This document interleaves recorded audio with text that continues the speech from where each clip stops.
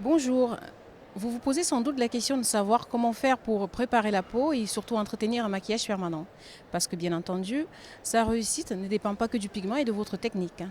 Nous avons mis en place un rituel classique qui consiste bien évidemment à gommer la zone à pigmenter par la cliente, à faire gommer la zone à pigmenter par la cliente la veille de la prestation grâce à un gommage qui a les propriétés exfoliantes et surtout hydratantes. Le jour de la pigmentation, juste après, il faudra appliquer un agent F. C'est un produit qui va créer une film protecteur pour protéger le pigment en fait. Et grâce à cela, le pigment sera nettement mieux protégé et ça évitera une grande perte de couleur. Chez elle, la cliente devra appliquer une Nutri-Crème Post-Tattoo qui était spécialement conçue pour cela. C'est une crème à base d'huile essentielle, bio bien entendu, sans dérivés pétrochimiques.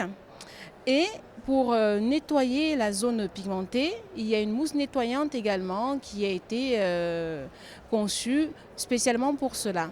C'est une mousse qui a cette particularité-là de nettoyer les impuretés tout en laissant la zone tatouée bien hydratée.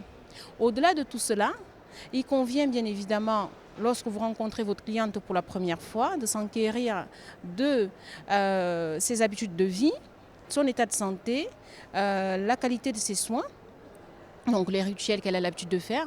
Par exemple, si votre cliente a l'habitude d'utiliser des crèmes rajeunissantes à base d'acide de fruits ou à base de vitamine B, il convient de lui demander de cesser toute application au moins un mois après la pigmentation. Si il y a une IRM qui est prévue par votre cliente dans les semaines après la prestation, il convient de ne pas du tout le faire, la prestation, car l'IRM va avoir une influence au niveau de la couleur et au niveau de la tenue du pigment. C'est pareil pour la vitamine A.